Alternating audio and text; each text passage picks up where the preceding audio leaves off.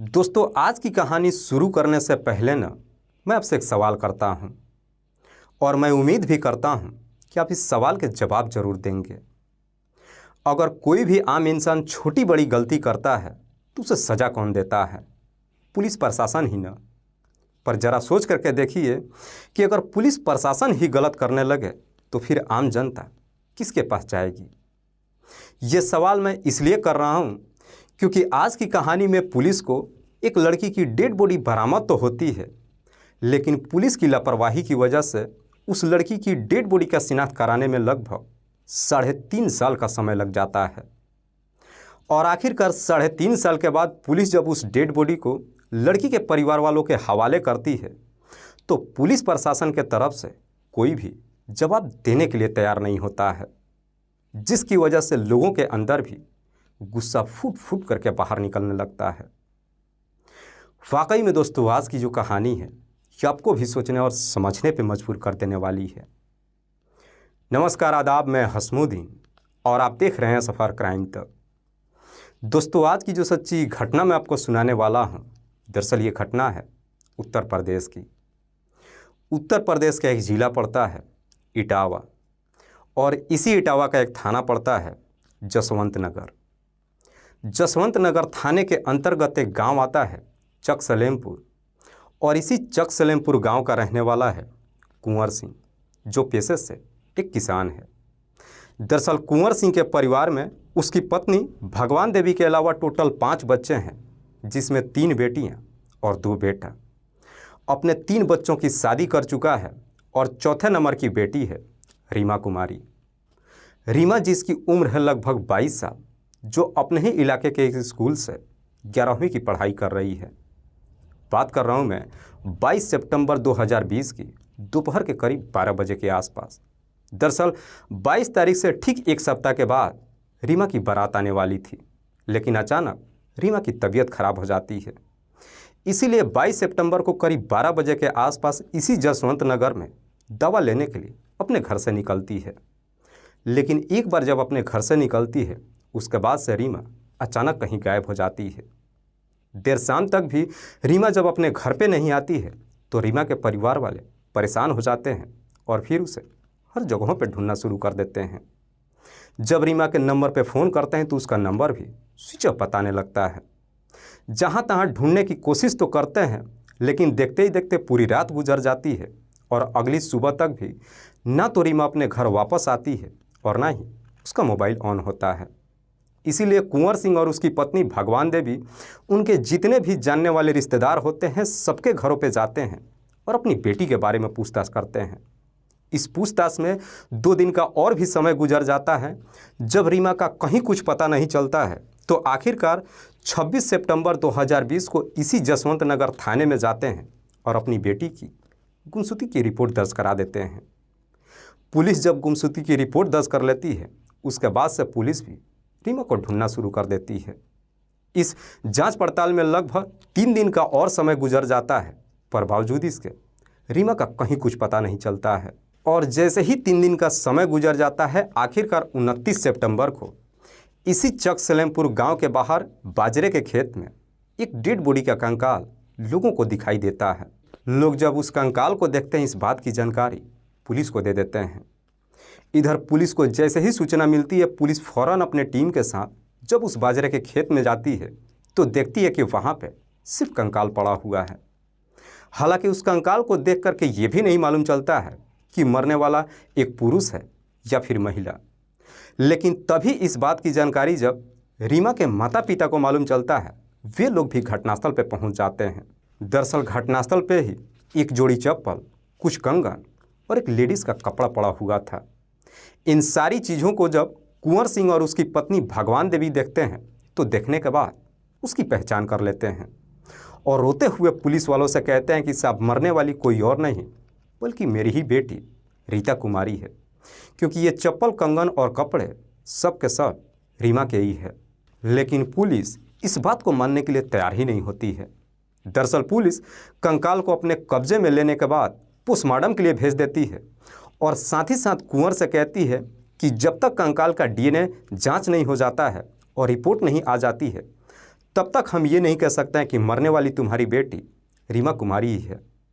हालांकि पुलिस सारी चीज़ों को अपने कब्जे में लेने के बाद अब उस डेड बॉडी का शिनाख्त कराने के लिए आखिरकार 5 दिनों के बाद 4 अक्टूबर को उस कंकाल का कुछ सैंपल डीएनए जांच कराने के लिए लखनऊ के लैब में भेजती है।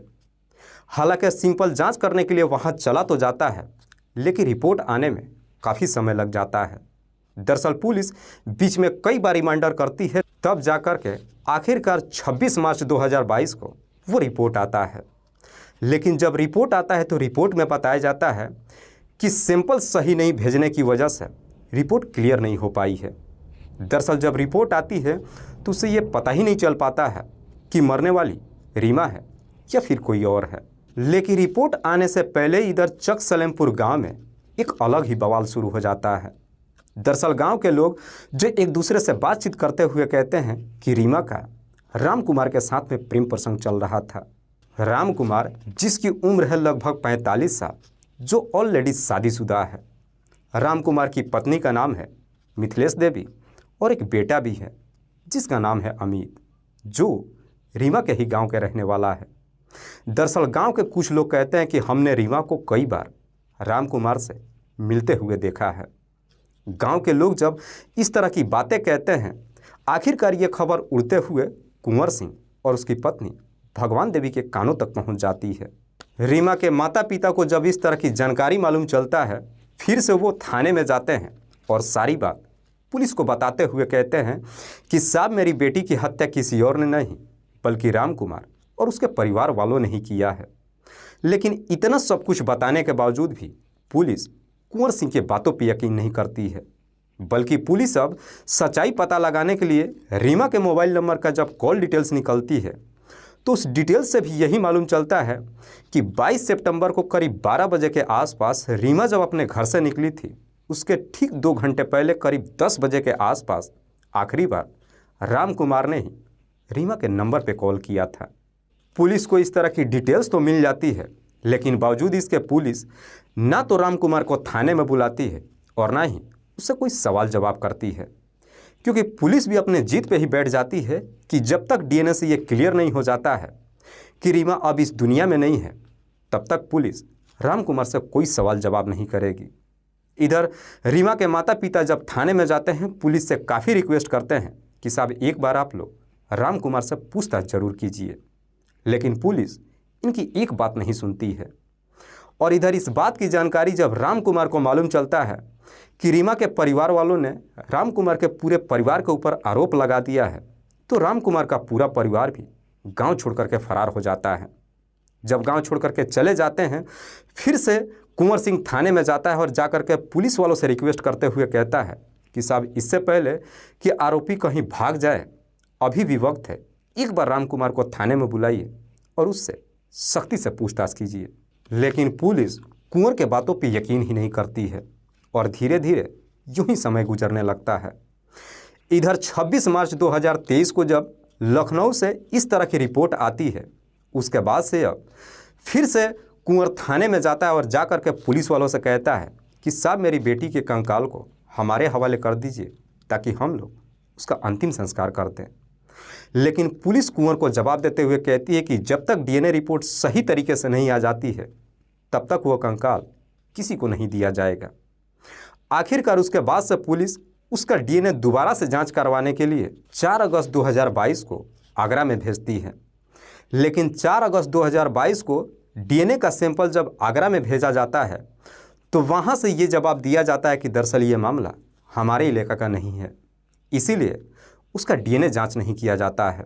इधर रीमा के माता पिता को भी जब पूरा यकीन हो जाता है कि पुलिस अपना काम सही तरीके से नहीं कर रही है, आखिरकार साल 2022 के आखिरी महीने में इलाहाबाद के हाई कोर्ट में एक अपील करते हैं और अपील करते हुए कहते हैं कि पुलिस अपना काम सही तरीके से नहीं कर रही है, ना तो हमारी बात सुन रही है और ना ही हमारी बच्ची की कंकाल को हमारे हवाले कर रही है। जब इस तरह की अपील करते हैं, आखिरकार इलाहाबाद हाई कोर्ट के तरफ से एक फटकार लगाई जाती है। जब कोर्ट के द्वारा से फटकार लगाई जाती है, आखिरकार दूसरी बार 10 जुलाई 2023 को फिर से डीएनए जांच कराने के लिए उसका सैंपल लखनऊ में भेजा जाता है। लेकिन दूसरी बार भी जब सैंपल भेजा जाता है तो दूसरी बार भी पिछले के जैसे ही रिपोर्ट आती है। दरअसल दूसरी बार में भी यही रिपोर्ट बताई जाती है कि सैंपल सही नहीं होने की वजह से रिपोर्ट क्लियर नहीं हो पा रहा है। और पुलिस जब इस रिपोर्ट को ले जा कर के कोर्ट में सबमिट करती है तो कोर्ट फिर से दोबारा आदेश देते हुए कहती है कि इस डीएनए का जांच अब हैदराबाद से कराया जाए। कोर्ट के तरफ से जब आदेश मिलता है उसके बाद से डीएनए सैंपल फिर से हैदराबाद में जब भेजा जाता है, हैदराबाद से रिपोर्ट आने में थोड़ा सा समय लग जाता है और आखिरकार 31 जनवरी 2024 को वो रिपोर्ट आती है। लेकिन 31 जनवरी 2024 को जब हैदराबाद से रिपोर्ट आती है तो इस रिपोर्ट से साफ क्लियर हो जाता है कि दरअसल मरने वाली लड़की कोई और नहीं बल्कि रीमा कुमारी ही थी। आखिरकार 40 महीनों के बाद मालूम चलता है कि दरअसल रीमा जो इस दुनिया को छोड़ के जा चुकी है। जब डीएनए मैच कर जाता है आखिरकार 3.5 सालों के बाद पुलिस अब उस कंकाल को रीमा के परिवार वालों के हवाले कर देती है और साथ ही साथ रीमा के माता पिता के तहरीर पे अब राम कुमार के और उसके पूरे परिवार के नाम पर नामजद मुकदमा दर्ज कर लेती है। तब तक इधर राम कुमार का पूरा परिवार भी जो घर छोड़ करके फरार ही नहीं हो चुका था बल्कि गांव में जो उनका अपना पैतृक ज़मीन था वो सब बेच करके जा चुके थे। जब पुलिस हत्या का मुकदमा दर्ज कर लेती है उसके बाद से पुलिस अब राम कुमार और उसके परिवार को ढूंढना शुरू कर देती है। दरअसल पुलिस को पूरा यकीन हो जाता है कि 22 सितंबर 2020 को रीमा जब अपने घर से निकली थी ज़रूर राम कुमार ने ही फ़ोन करके उसे बुलाया होगा और फिर खेत में ले जाकर उसकी हत्या करने के बाद डेड बॉडी को किसी केमिकल से जला दिया होगा। हत्या के मुकदमा जब दर्ज हो जाती है पुलिस राम कुमार को ढूंढना शुरू करती है। शायद इस बात की जानकारी राम कुमार के परिवार वालों को मालूम चल जाता है, लेकिन इससे पहले कि पुलिस राम कुमार के पास पहुंच पाती आखिरकार राम कुमार 2 फरवरी 2024 को इटावा के अदालत में सरेंडर कर देता है। उसके बाद से पुलिस उसके बेटे मोहित को भी ढूंढना शुरू कर देती है और मोहित भी लगभग 20 दिनों के बाद 26 फरवरी 2024 को अदालत में सरेंडर कर देता है। दरअसल उसके बाद से पुलिस राम कुमार की पत्नी मिथिलेश देवी को भी ढूंढना शुरू कर देती है, लेकिन मिथिलेश देवी का कहीं कुछ पता नहीं चलता है। इधर राम कुमार और उसका बेटा जब कोर्ट में सरेंडर करते हैं तो साथ ही साथ बेल का अपील भी करते हैं, लेकिन कोर्ट की जब सुनवाई होती है बेल खारिज कर दी जाती है और फिर कोर्ट से ही इन दोनों को जेल भेज दिया जाता है। इधर 3.5 सालों के बाद पुलिस रीमा के कंकाल को उसके परिवार वालों के हवाले तो कर देती है, लेकिन इस बात की जानकारी जब आस पड़ोस के लोगों को मालूम चलता है लोग तरह तरह का सवाल करना शुरू कर देते हैं, लेकिन पुलिस प्रशासन के तरफ से ना तो कोई सामने आता है और ना ही कोई जवाब देने के लिए तैयार होता है।